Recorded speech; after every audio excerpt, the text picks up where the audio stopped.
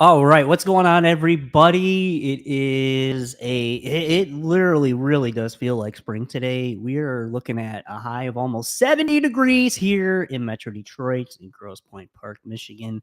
Uh, Welcome to another mini live stream of Marketing Minds Meet.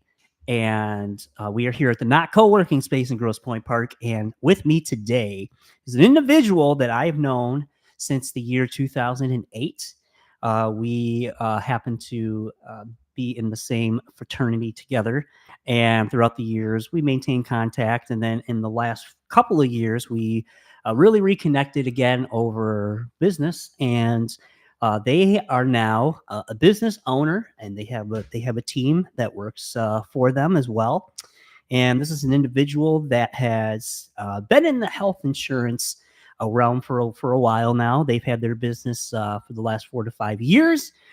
They got their start doing all of that in the wonderful state of California on the West Coast, and now they come back to Michigan to reestablish their roots here and make a presence here locally. I have the proud pleasure to introduce to you for the first time on Marketing Minds Meet and on a podcast ever, for that matter, the one and the only Zach Norris. Hello.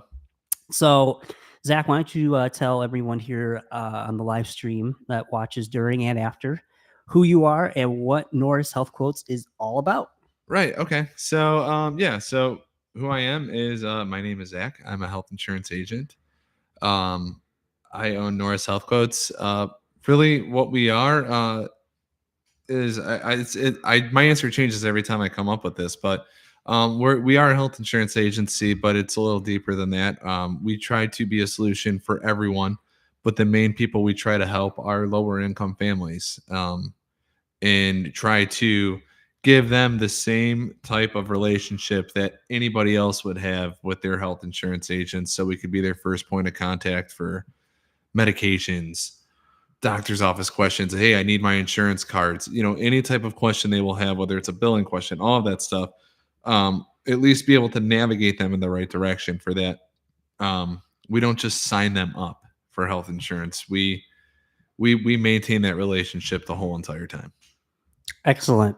And I can say personally that Zach has helped me find an insurance plan that works for me. Because I'll be blunt about it. Health insurance can be a fucking nightmare, and premiums can be atrocious. They can be almost sickening of what some people pay. But Zach has been able to successfully and so flawlessly be able to get me signed up on a plan that works for me, and I can't thank you enough for that, my man. Of course. So with that being said, I want to know, and I think the audience would like to know, when you are not running your business like the boss that you are, and when you're not making moves and going after those goals and accomplishments, what are some of your favorite hobbies and activities that you enjoy outside of work? Number one, number one is like my family, and my son. Just hanging out with him and my wife is literally like we could be sitting on the couch. It's my favorite thing to do. We camp. We started camping a lot. So hanging out with them and doing stuff and traveling with them is really fun. For myself, I really am into like health and wellness type stuff. I like not like crazy. Like I like beer. So I'm not that far into it. But I mean, I enjoy working out, and literally just learning about all the new stuff like ice baths and all that. I've been really getting into that lately. So You're one of those. yeah, it's cool. All right, so let's break that down. You have a wife and child, and you are expecting another to be on the way, correct? Yeah, little girl. Well, again, congratulations on that. Thank you. And you actually you've known your wife since college too. Yeah, we've been married for 10 years. Yeah, and I believe she was one of the sororities too. Yep. So see how that all that works. So wife and family, and camping. Let's talk a little bit about that. So you have a camper? Yeah, I do. I do. Crazy how it happened, but yeah, I have a camper. I Nice. have a camper. Bought it last year, and it's hard to find us on a weekend at home in Michigan when the weather's nice. Oh yeah, no, we had a camper growing up, and oh man, I miss it. I miss it. I miss it. And yeah, because it's basically it's a mobile cottage is what it That's is. that's that's what I call it, the cottage. Yeah, and I mean the way that they are now compared to like when me and my family were got into it, now I mean, like slide outs back then were that was a luxury back in my Yeah. day. Now it's standard. Huh. We don't have a slide out. But And but even just I think people finally got on board with, oh well, this can be relaxing. You don't have to go to these expensive hotels, or go too you can literally go like maybe like an hour or so north, and find a campground and just set up shop and just relax. definitely, and I think I think COVID really amped up the camping game too.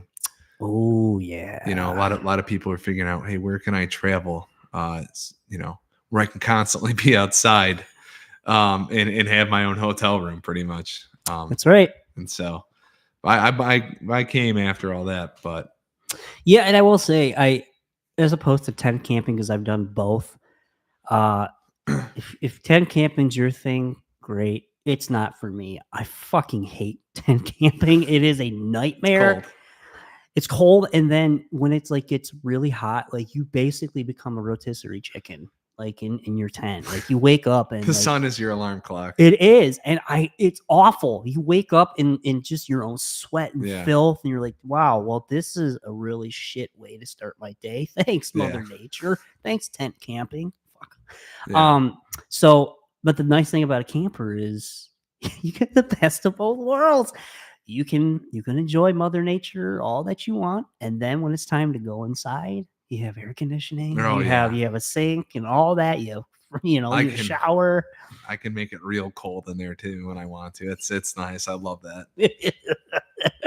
So what we're trying to say is more RV camping, mobile camping, and less tent camping. So Yeah, for sure. no, because we're not going to music festivals like we used to and camping out with our buddies. No, I know, at least for me, those days are kind of numbered. So I like my I own miss those space. days.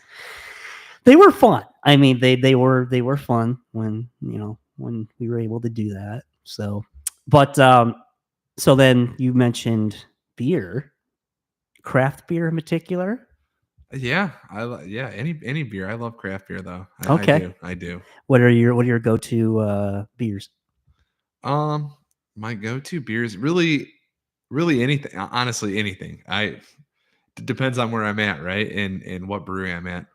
I was just in Frankenmuth this past weekend, and I was getting down on their box.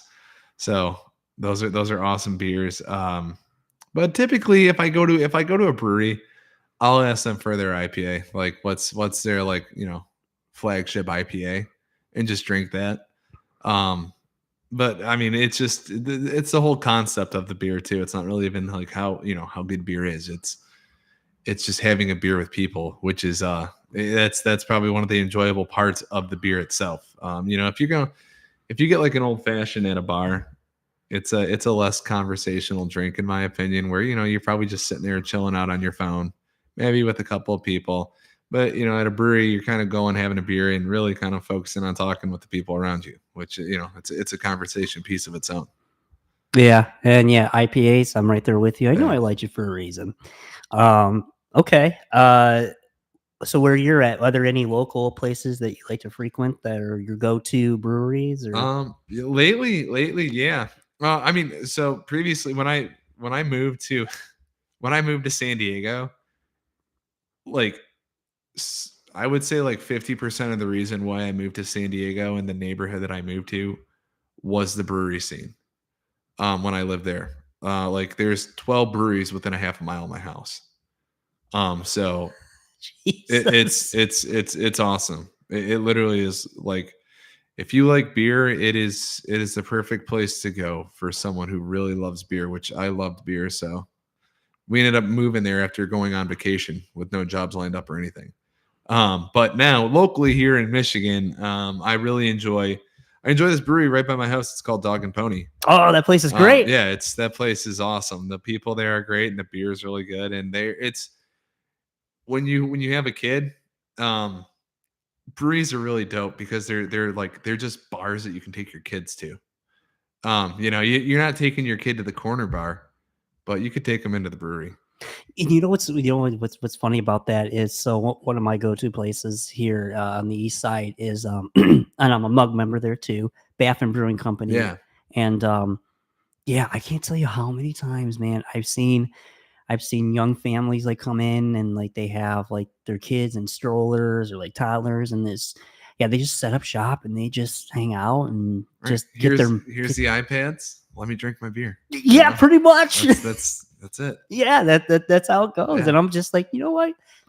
Good for you. Or like if it's dad's day to like watch their kids, like if I ever get to that point in my life, if I have kids, like, oh, you better believe that dad's gonna take some day trips to Right. to the Yeah. brewery with the like, all right, here's here's the iPad, and here's your your Cheerios or whatever food that you're gonna eat, and have at it. And One of my like concepts and goals in life is to like I talked to my wife about this the other day, but is to literally like open up a brewery that is aimed for kids.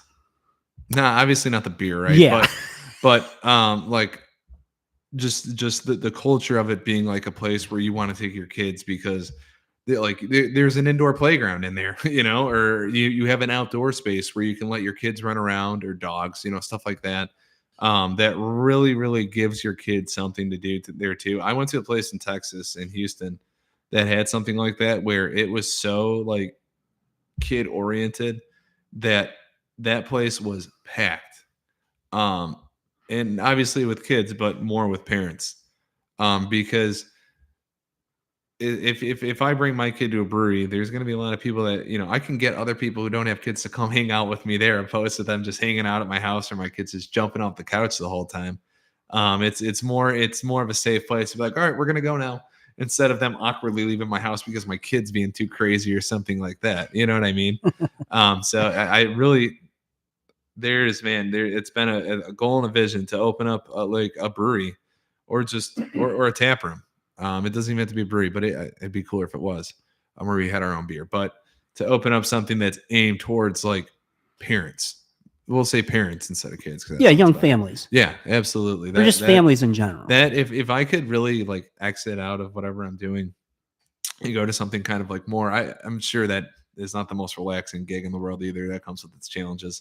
But I would love to just like be like, oh, this is what I do, is I run this, and that's it. All right. Well, now I'm going to use this time to give a call to action to the one, the only Tom Muse, one of my best friends down in Atlanta. Just got married late last year. You heard him, Tom. Like he's thinking about it. So you know what? Talk to him because Tom's been wanting to open his own place, and I think he's getting there. I mean, he's now head brewer at this place he's at. He's been doing that for a little while now. So I think the next logical step, I think, for him would be to open. So yeah, he's definitely one you want to pick his brain about that. I listened to a pod. I didn't listen to the whole thing because I was like, it was kind of in between work. But I listened to a little bit of podcast with Tom in it. So recently, did I. That he was on talking about his journey in craft beer, it was really cool to hear. It's good to hear that he's doing well too with it. Oh yeah, because I remember when he first mentioned in that interview, when he was in Wisconsin, and he was working for this nonprofit. Dude, I will never forget. He showed me his office because we were just walking around town, and he's like, "Yeah, you want to see where I work?" I was like, "Yeah, sure." I was like, "Of course." And so we go there, and oh my god, I could feel the I could just feel like part of his soul leaving his body Yeah. when he was like showing me the place. He's like, all right, well, this is it. It's where I work. Over here is the break room.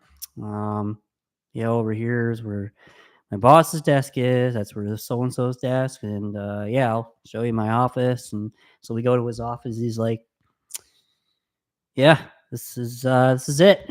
I'm like, oh, sweet. I'm trying to be all like motivational, like, yeah, dude, like, yeah, this is your first. He's just like, yeah, it's all right, and then then he looks over and like he breaks into this one thing, and he goes, oh fuck, I got another, god damn it. All right. Anyways, moving right.